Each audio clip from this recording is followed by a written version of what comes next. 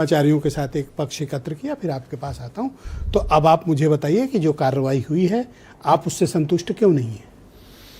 देखिए ब्रजेश जी, मुझे लगता है कि सभी धर्माचार्य लोगों ने अपनी अपनी बात रखी है और हम लोग मन मस्तिष्क से सभी साधु संतों का सम्मान करते हैं।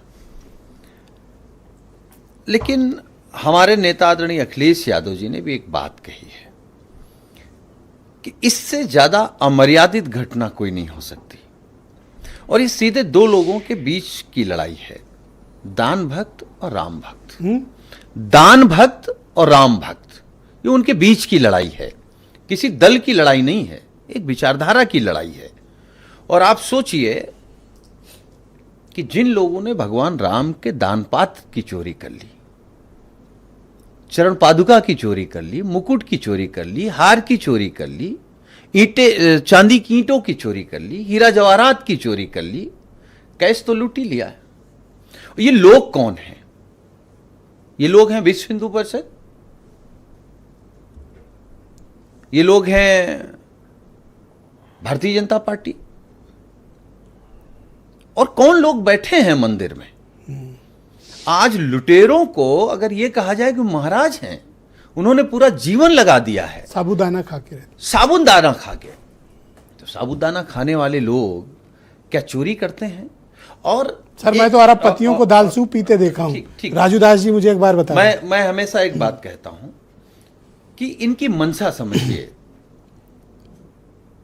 कि जिन लोगों ने 1400 करोड़ रुपए खा लिए हों तब जब भगवान राम मंदिर के आंदोलन चल रहा था, जमीन घोटाला कर लिया हो तब जब भगवान राम का भव्य मंदिर बनने के लिए तैयारियां चल रही थी, और मंदिर बनने के बाद आपने सब कुछ लूट लिया, तो मनसा तो साफ है कि ये कौन लोग हैं। और मैं आपकी उस बात से, और अभी आदरणीय जी भी कह रहे थे कि भगवान राम जीवंत है, ये ठीक है, कण कण में है, जीवंत है। और इस बात के लिए हमको खुशी है कि जब भगवान राम के घर में लूट चोरी चल रही थी तो उन्होंने अगर किसी को चुना तो माननीय अखिलेश यादव जी को चुना कि अब ये तो उनके नहीं, हम राजनीति नहीं कर रहे हैं, नहीं राजनीति नहीं कर रहे हैं। भगवान राम उत्तर प्रदेश के मुख्यमंत्री जी को भी चुन सकते थे, नहीं चुना है? भगवान राम उत्तर प्रदेश के मुख्यमंत्री जी को भी चुन सकते थे, नहीं चुना। और मुख्यमंत्री जी के पास आज भी बहुत अच्छा अवसर है अपने आप को यह साबित करने के लिए। क्यों एफआईआर करा दी, 8 जेल भेज दिए? काहे की बात कर रहे हैं? आप भी जान रहे हैं, आपके दर्शक भी जान रहे हैं, जो पैनलिस्ट हैं वो सब लोग जान रहे हैं, साधु संत जान रहे हैं, अयोध्या के सारे लोग जान रहे हैं कि शुरुआती पायदान पर उन लोगों को जेल भेज दिया। और हमारा एक सवाल है आपके कार्यक्रम के माध्यम से, सब कुछ चुपके चुपके क्यों? SIT आपने बना दिया चुपके चुपके, FIR करा दिया चुपके चुपके, गिरफ्तारी करा ली चुपके चुपके, जेल भेजा और जेल भेज दिया चुपके चुपके। क्यों? क्योंकि वो वैचारिक रूप से आपके लोग हैं, आपके अपने हैं, आपके घर के हैं। तो आप समझ लीजिए, और मैं एक बात बहुत मन से कह रहा हूं, और उसको राजनीति से बिल्कुल आप मत लीजिएगा, और आपके दर्शक भी ना लें। भगवान राम के घर में चोरी हुई है, उसके बावजूद भी अगर कोई सनातनी और राम भक्त आवाज नहीं उठा रहा है, वो किसी भी दल में हो, किसी भी विचारधारा का हो, हम लोग दल से मतलब नहीं है, जहां आस्था भगवान और धर्म है।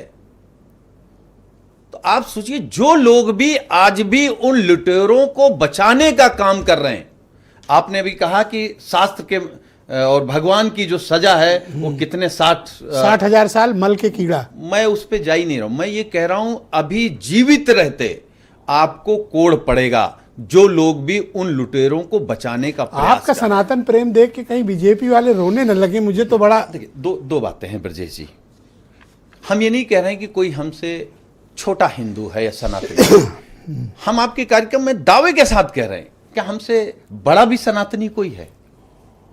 अब आजकल वो तो वही की ओर चल रही है। सवाल ये नहीं है, सवाल ये है कि भारतीय जनता पार्टी के बारे में हमारे नेता ने एक बात और कही है, धर्म की आपने बात कही ना, बीजेपी का धर्म ही केवल धन है। और आपने एक बात कही थी धर्म और राजनीति को लेकर, वो तो सर आपस में तो नहीं, क्योंकि डॉक्टर लोहिया ने एक बात कही है दोनों को जोड़ने के लिए कि जो राजनीति है वो अल्पकालीन धर्म है और जो धर्म है वो दीर्घकालीन राजनीति है। बहुत शुक्रिया तो आपका। इसलिए धन्यवाद। भगवान राम, हमें मनीष सिंह उम्मीद जी। है कि सरकार चाहे जितनी ताकत लगा ले बचाने के Thank you, लिए, sir। भगवान राम की सजा से ये आरोपी बहुत नहीं शुक्रिया। बचेंगे।